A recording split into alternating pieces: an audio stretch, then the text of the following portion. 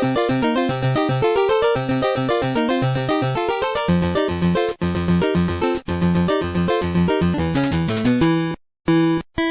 all, and welcome to the Pit and Paddock Race Show for the third week of August.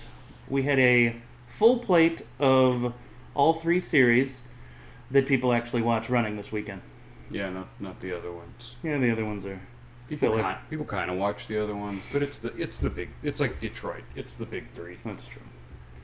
So we'll start off with NASCAR.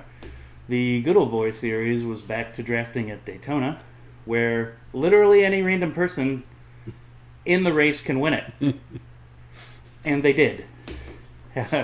Harrison Burton, who already has lost his ride to Josh Berry for next season, he held off Kyle Busch for his first career win. And this is his second career top 5 and 6th career top 10 in 98 races. That's like less than 10% success rate. He moves from dead last in points to minimum 16th. He'll finish because he made the playoffs. He was below Gilligan? Yes. He was last of all full-time drivers. So he'll be the first guy eliminated from the playoffs? Odds are yes. Yeah. And then Kyle Busch finished second, who desperately needs a win to get in the playoffs also. And Christopher Bell was third, who did not need a win, but hasn't had a good luck lately. So, Burton, was that considered a DEI win? I don't know. We haven't had any DEI wins since Teresa sold the team to Ganassi back in like 2009. Is that what you meant? I assume that's what you meant. What was that team called back? Dale Earnhardt Incorporated? It was just Earnhardt Racing, right? Okay. DEI. Dale, oh yeah, that DEI. Oh wow, I just got that joke. DEI, Dale Earnhardt Incorporated. Okay. Yeah, that's exactly what I was talking about. Is that a Dale Earnhardt win? But no, because Dale Earnhardt would have crashed people to get the win versus just surviving the crashing people to get the win. Kyle Busch said he considered it, but it would have been he thought it was a little too dangerous to try to spin Burton out of the way there at the end. Dangerous for himself or everyone in the field because behind them. Yeah. Dangerous because of the penalties that they're handing out lately? Well, the race starting from the beginning was better than expected. I thought it would be sort of a hang out in line and save fuel type of situation. I mean, they still did save fuel, but then you get the drivers who are like, I don't care, I just want to get up front type of guys who haven't been near the front most of the time. They'll run up and lead some laps, so it keeps it interesting. That's considered racing. Yeah, they're like, enough of this. Well, it started out as a great day for Ford and ended as an okay day for Ford. They blocked out the first 2 rows or 3 rows? They had the first 8 spots in qualifying, didn't they? I think so. Yeah. There was only like 1 or 2 Chevys in the top 10. Yeah, so they qualified and pretty much locked out the two front rows. Finished 1 through 8 in stage 1. Finished 1 through 6, except there was a Chevy in 4th in stage 2, and then their world fell apart. But they did win the race, so I guess that counts. That's true. They seem like the best team at the drafting tracks that stay together and work. Yeah. Or team or manufacturer, I mean. They always work together pretty well. At least what did they win? 3 races this year? Is there 3 super speedways? two Daytonas and a Talladega? That's pretty close to it. Maybe a couple others, but Ford engineered their cars to win at the super speedways. I guess that'll get you the big wins. The Brickyard doesn't count. So when I think it was early during stage 1 of the race. I don't remember. Denny Hamlin and Suarez were pitting, and then Suarez, some fuel leaked or something when he was pulling out. Yeah. When Hamlin pulled out, some fuel leaked. I think Suarez was coming in behind him, or I wasn't sure exactly, but Hamlin's exhaust caught the fuel on fire, and it went back to the back of Suarez's car and then caught that on fire. Did you see that clip? Yeah. Suarez's Coke Chevrolet turned into the Freebase Coke Chevrolet with Richard Pryor as the crew chief. I was like, what happened? That's like a cartoon where I know. the fire travels along the road and then catches something else on fire. I didn't think that was actually possible. Then we got towards, what was it, about lap 60, lap 59. The first big one happened when this one took out Chase Elliott, Ross Chastain, Martin Truex, Denny Hamlin, and I think Little Ty Gibbs also. Yeah. LaJoy stayed right side up this time. Oh, that's one race in a row. Yeah. Good for him. Good job. Good job. Then we skip ahead a ways to 9 to go for the next big one. Cindric spun Michael McDowell from the lead. So that was Cindric that caused that. Yeah. It was hard to tell if McDowell just got a little blocky or... Probably a bit of both. Yeah. It usually is some of both. McDowell then tried to flip up into Harrison Burton, it looked like, and Logano, but came back down pretty well. That was a really cool cam from Logano's car. He's like, oh no. Oh, there's a car on top of my hood. That one took out Cindric also, and Kyle Larson as well, who had been running probably the best he's ever had at a super speedway. It was not to be. And then, yeah, that took out half of the Fords that were up there. Yeah. Ford. That's when Ford's world fell apart. All the leaders took themselves out. Then with 2 to go, big one, number 3, that's where Josh Berry got flipped over and spun around like a top. I think he hit the wall upside down too, head on. Oh yeah, he did look like a top. Just spinning in a circle. Spin. Yeah, that inside wall smack was hard. But that's what took out my man Gilligan, who was having probably the best day of his career. Qualified second, in the top 10 most of the day.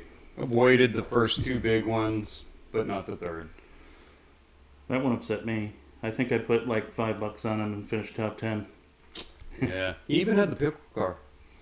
I know. Yeah. I wish he would have won with the pickle car. I know. I like the pickle car. I think that was also Lee Diffie's first NASCAR race after moving on from IndyCar. And I don't even remember who took over for him in IndyCar now. I couldn't tell you. All I know is IndyCar is a lesser sport after the tragic loss of Lee Diffie. He did a good job. Yeah. We didn't realize how good of a job he was doing. No, he makes a good call. Yeah. He was. I think I like him more than an old other NASCAR guy that got pushed out.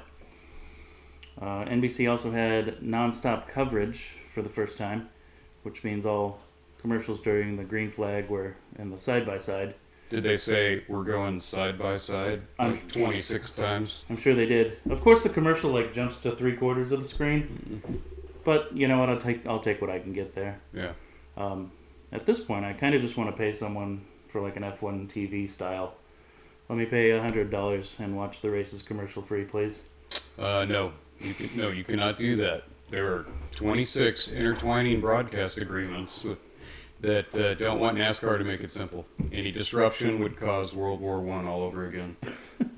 Where's the race on? I don't know. What's qualifying on? Is it on Peacock? No, but it's on NBC. Well, why isn't it on Peacock too?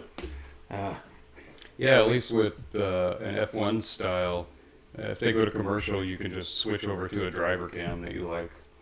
And then, at least IndyCar, if you want to watch anything, Peacock, everything. Yeah. Even the broadcast race. We've already talked about how Fox is not starting out good with their IndyCar plans, so that could be rough. Yeah. Coming up next season, we got some driver news. Shane Van Gisbergen is going to be taking over a third Trackhouse ride that they bought from SHR, I believe, the charter. So he's going to go full-time in the Cup Series. He's had 1 season of Busch Series racing on ovals. He's the one that did so well in Chicago? He won Chicago, and then he's won 2 road course races in the Busch Series, so he'll be up front there for at least. If you win a race, you're in the playoffs, so He's like that curly-headed dude that would always show up for road course What was races. the Boris said? Boris said Did he? I think he won one Busch race before. he was like, I don't know. I expected him to win the race and then start painting a picture of the track with some happy cars and. With the Bob Ross hair. Yeah, he did look like Bob Ross. Also announced earlier today that June 14th and 15th, NASCAR is going to have its first weekend in Mexico City on the F1 track. Ooh. I hear that Border Patrol X-rays trucks going through into the U.S., so any teams that wanted to cover their travel costs by bringing migrants across should line their haulers with lead. Create a little lead room or something. And also, Chinese and Middle Eastern migrants pay the most, like $30,000 to $40,000 a pop. I'm sure some of the struggling Busch Series teams could use some extra funding there. Yeah, they can just, take some migrants across. I think Chinese are the most, because they tend to have a little more money. They did get Kyle Busch's legal troubles cleared up with Mexico also. But I believe it was the last offseason he accidentally had a gun in his bags when coming off of a airplane. That's illegal in Mexico? Only drug cartels and the government can have guns. What if you yell "Viva la Revolution"? The government doesn't like that. Oh, well, not anymore. No, they did before. Now they do not. Okay. Viva la Mexico, Le Morte de France. I think that was French. I think I did that half in Spanish and half in French. Anyway, I can barely speak either language. Well, I guess paint schemes for the weekend. Woohoo! I did find a couple good ones that I like. I think my favorite was the 23 Bubba Wallace car.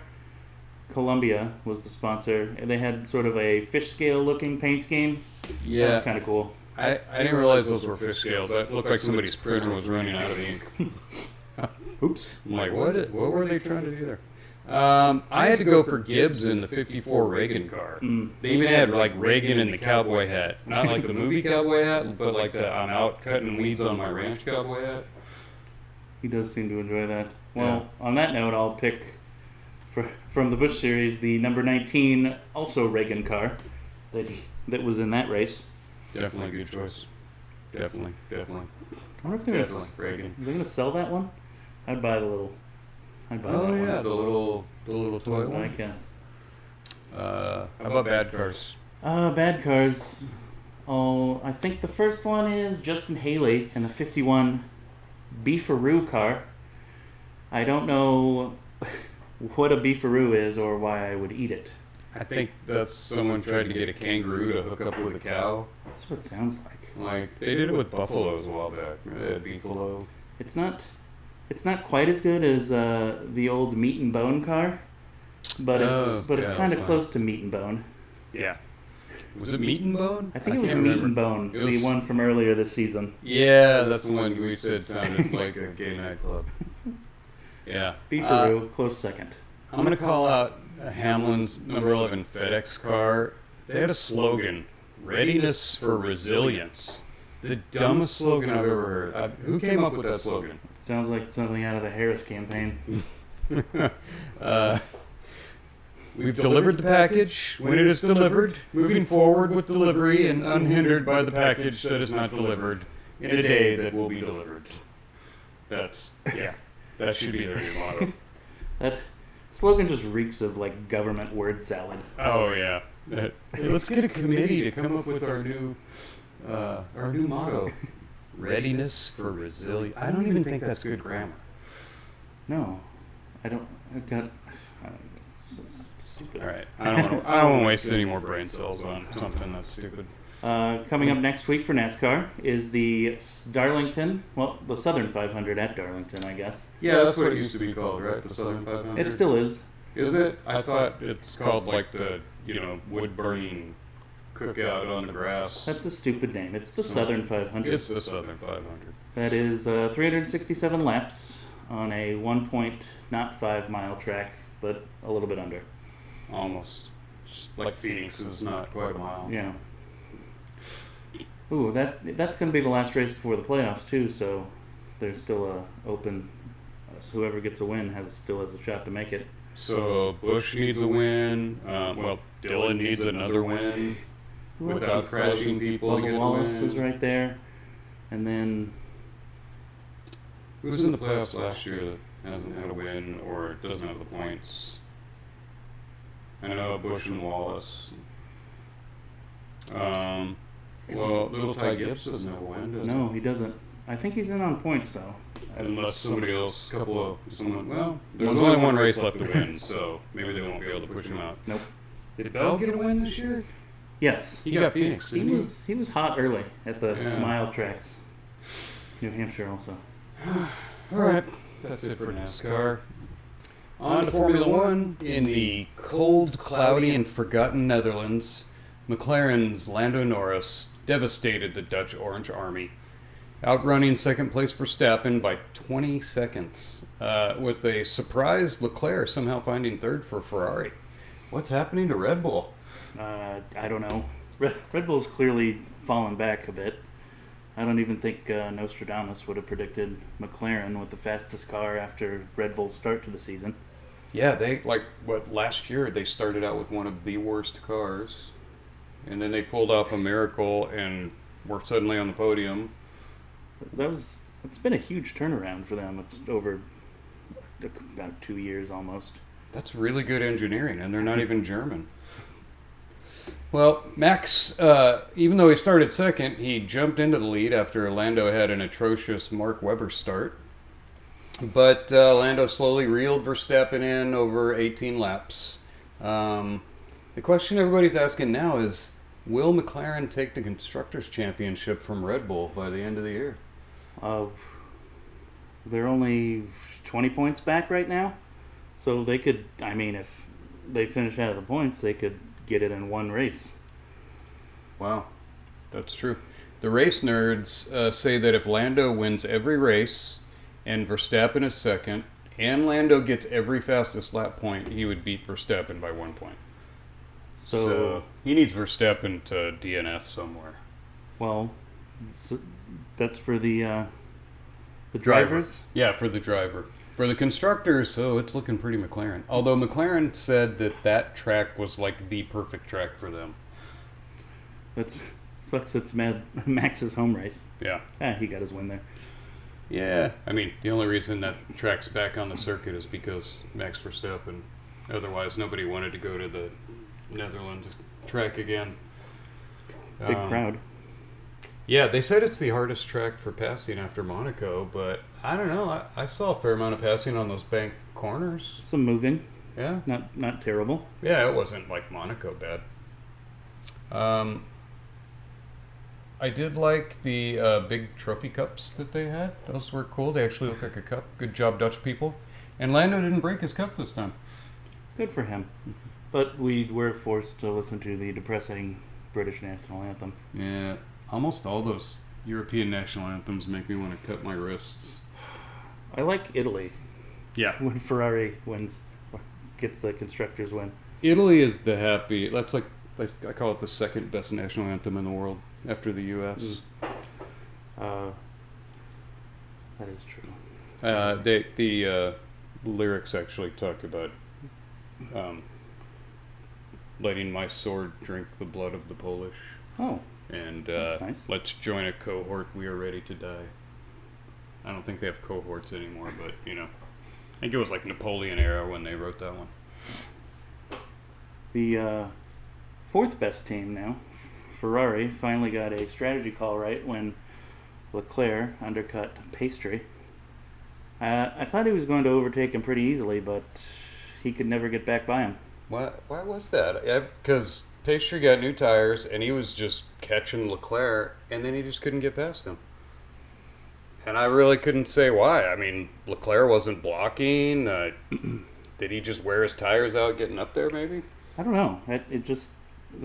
McLaren seemed to be faster than the Ferraris, but he just couldn't get by him. Yeah. So it was a perfect track if you were Lando, but not if you're Oscar Pastry. Maybe he could have asked Lando to pull over for him. Yeah. Oh yeah. Leclerc, can you let me pass because I deserve it? And yeah. In driver news, Alpine picks Jack Doohan for its junior seat. Because Formula One needs more Aussie drivers. That's not very DEI of helping. I know. How many Aussies do we have now? 3? Pastry and Ricardo And Doohan. yeah. So, what Euro countries don't have an F1 driver? Belgium? Does Belgium even count as a country, or? I think Belgium was supposed to be like a chicane country to stop Germany from invading France. Great work. Yeah. I'm trying to think of all the other major European. I mean, Denmark. You've got Mags, Finland. No Russian driver, but they're not really Europe. Most of them are covered. We got a couple Spains. British. Do we have an Austria? We don't have an Austria. No, Portugal. Sorry, Portugal. Portugal. Isn't that just like Spain's like redheaded stepbrother? Don't tell him you said that. They're like they're like a province of Spain that thinks they're their own country. Mm. Yeah. Well, there's 3 seats left in Formula One for next year: the Mercedes seat, the Audi seat, and the Toro Rosso seat. It looks like Kimi Antonelli is going to get the Merc seat, and Botox is going to stay at Sauber/Audi for that seat. So the question is Ricciardo going to keep his seat next year? I think so.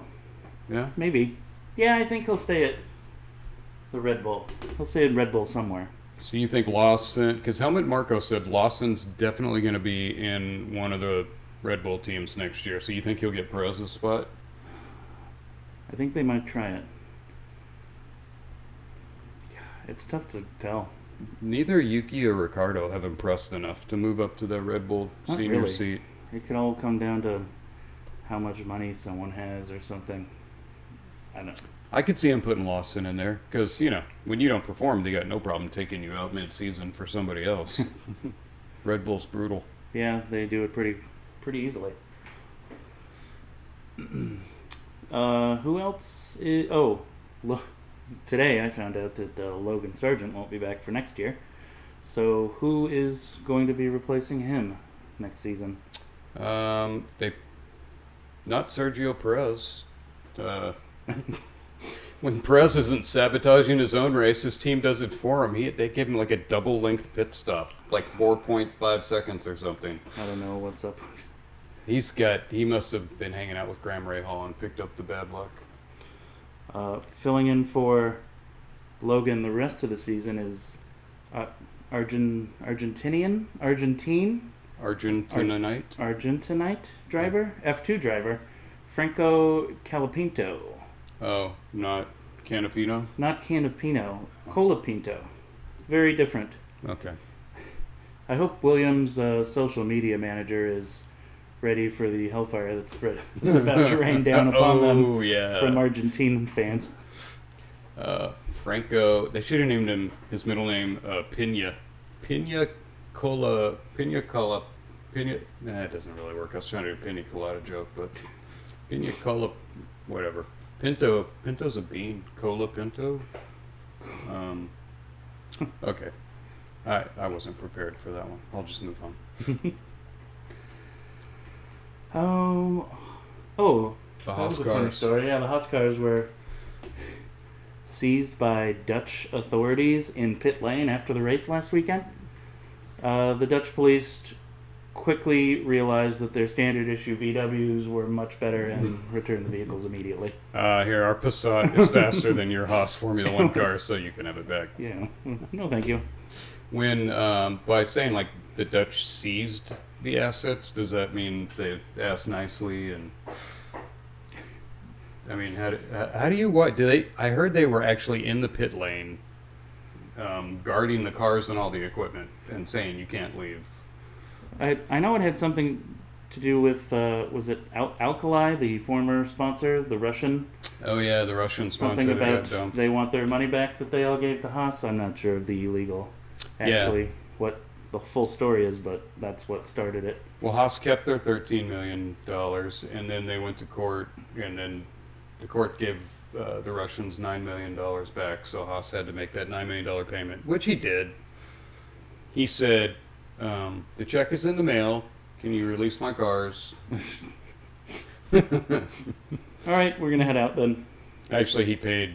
I think he used some bank in the Saudi Arabia, and they were closed for Friday because Friday's the holy day, and it just hadn't gone through yet. Yeah, it's gonna clear. Don't worry, the check will clear. Give me my race car. Is it legal to be sending millions of dollars to Russia? That seems like most of the countries don't allow you to do that anymore. I'm surprised that the Dutch cared enough to enforce the Russian, whatever, court judgment upon Haas. Interesting. I'm surprised they didn't just say, we recognize it and we're going to confiscate the money and give it to Ukraine. Or give the cars to Ukraine. Put some guns on them. Let's Yeah. go. But, yeah. Drive up to the front and, yeah, put some rocket launchers on the Haas cars. Gross Jeans could drive it. Ooh. He's good at getting out when the car's on fire. Well, up next is the Italian Grand Prix at Monza. 53 laps at the 5.8 kilometer high-speed circuit. You notice I did kilometers because it's in Europe. Oh, that's nice. Yeah. Mostly because when I looked it up, it was in kilometers, and I didn't want to do math. That's fair. Yeah. I wouldn't either. So, wait, Monza's the old one that had the the banking and the overpass, Yes. which they got rid of for I don't know why. Look, the banking works in the Netherlands. Why don't they bring it back for Italy? That's a lot of banking. Yeah, Probably could use a repave too. They can handle it. On to IndyCar. Well, on to IndyCar. It was a powerful day for Will Power as he powered his way to the Portland podium and picked up more points toward his championship battle with Pillow, who came in second. Captain Cheater, a.k.a. Newgarden, finished third. Can you say that line 8 times really fast? I don't think I can. I don't think it'll work. It was another big day for Team Cheater / Penske. How surprising. I'm shocked. Yeah. Pillow still leads the championship by 54 points with 3 races to go, but they're all ovals, where Chevy has the better engine, usually. So, does Power stand a chance of winning the championship? 54 points? It's technically possible to make up 49 points in one race, but no, probably not. He just needs somebody to crash into Pillow a couple times. Send Newgarden out. Yeah. Oh, yeah. We're trying to win a championship. Take him out. Come on, Captain Cheater. You cost me a good finish. You might as well take one for the team. Notice I changed his nickname from Caillou to Pillow. Pillow flows pretty well. Yeah. I always hear it with an Australian accent in my head though, because of Lee Diffie. Pillow. Pillow? Is that how he says it? Most of the race was Power and Pillow, but a slow stop for Pillow on lap 34 left him too far behind to catch up. What did they? I saw that slow stop. It cost him like an extra 3-4 seconds. Yeah, he never could make it up after that. Yeah, he was toast. Not a great time for your poor pit stops. Not without a yellow. What's gotten into Power though? 3 wins in the last 8 races. Another half dozen podiums? Like, he's really turning it on. Seems like since, after Indy, he's kind of stepped up. I don't know, I think maybe someone from Penske told him that it's super easy to find new drivers for Penske seats or something. Yeah, there's like 26 guys lined up ready to take your seat if you don't. I know he had kind of a rough year last year too. Maybe he just kind of picked it up again. They did talk a lot about his wife and her health battles last year, and he was struggling, and which, by the way, they need to knock off the Will Power's wife cam. Oh, yeah, they tend to do that a lot. Yeah. I think the anyone's wife cam I could do without at the race. Yeah. Man, at least it's not ESPN with those Indy 500. Hey, it's the last 2 laps of the race. We're going to do a split screen with your pit box because your wife is sitting there being nervous. Like, can I watch the race, please? Yeah, this is an auto car race. Anyway, there was no respect for the old man as Dixon got knocked out on lap 1. Hip checked by Kirkwood, and then smacked by Fittipaldi. How did an Andretti car not get a penalty for a hip check? I don't know. I could understand if it was a Penske car and got away with it, but Andretti usually doesn't get away with stuff like that. They did get Fittipaldi for the smack at the end there with the drive-through, I think. Yeah. And then he got another one after he spun Connor Daly on 24, but he was going for the three-peat penalty. I don't think he quite got it. Somebody always seems to have one of those days. Santino Ferrucci got a surprising pole on Saturday, but... How did he get that? I mean, Foyt Racing has just been awful since Foyt didn't actually race.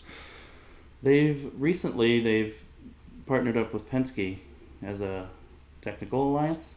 Oh, like as in software code writing alliance? Maybe that's what it is. He had some extra push to pass time? All push to pass. Yeah.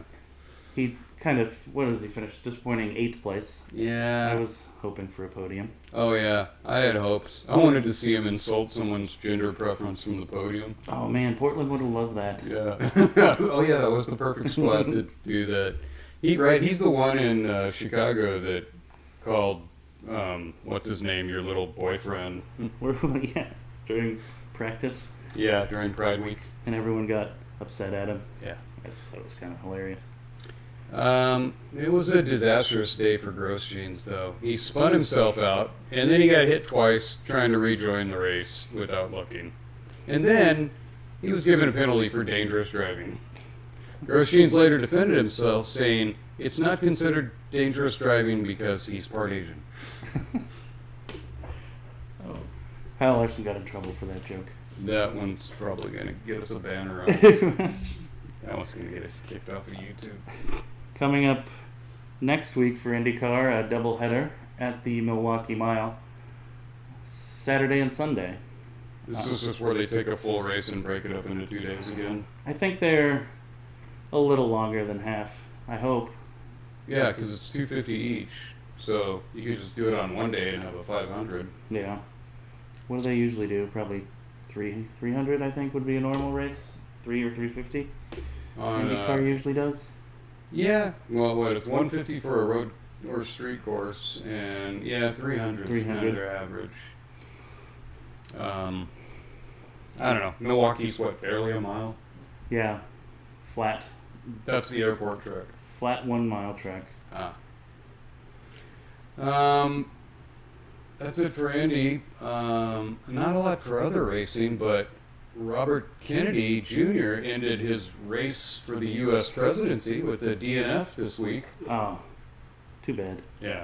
Not the first, though, as Joe Biden registered the first DNF. Oh, yeah, he DNF'd earlier, didn't he? I think his was a forced DNF. Yes. He didn't seem happy about Officials that told one. him to pull it in. You're Yeah. done. He got black flagged by his own team. We're gonna get banned for this one on YouTube anyway. We might as well talk about climate change while we're at it. No, here comes the fact check banner. Yeah.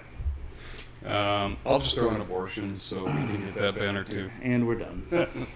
We'll get 3 banners all at once. You don't even have to say anything about it. You just have to mention it and you get a banner. Fun. Yeah. That's it for this. Was there any other racing that you saw that was good? I was so overwhelmed by having 3 races in one weekend again that I didn't have time for anything else. Thank God for streaming so you can watch it when you want. Yeah. The days before videotape, you had to watch the race and that was it. If it was on the air. I don't even know if they used to. Maybe they would replay it once a week or somewhere, late at night. Yeah. Listen to it on the radio. Now they're all on YouTube 10 years later. I think I listened to the Indy 500 once on the radio because we were driving and I didn't have a good enough signal. So we found whatever radio channel and listened to it. That was the year that Takuma won. Oh. Now I would just skip it and record it and watch the replay. Yeah. I don't know why I did. I think we wanted to hear it live. Anyway, we were driving to the beach. Yeah, that's fun. Northern California, which is different than the beach in Southern California. It's windy and Not a lot of sand. Not dirty. Yeah. Michigan. Yeah. Well, that too. Michigan's actually got a better beach than Northern California. Oh, nice. All right. That's it for this week. Next week, another three-peat. Yes. We got three races again, and then Formula One takes a week off, and IndyCar takes a week off.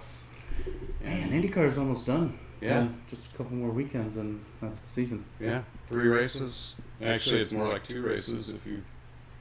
And NASCAR will keep going until like December or something. Yeah, I'm down. Same with Formula One. Yeah. When's the who's last in Formula One? It's not Vegas this year. It's Bahrain. Abu Dhabi. Abu Dhabi. In like the end of November, I think. Yeah, they go a long ways this year. They used to end in the early autumn too.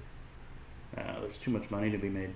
Yeah, you gotta make hay while the sun shines. They're too popular right now. It won't last forever. Yeah, it's like having a good car. It's only good for a while, and then next thing you know, you're mid-pack.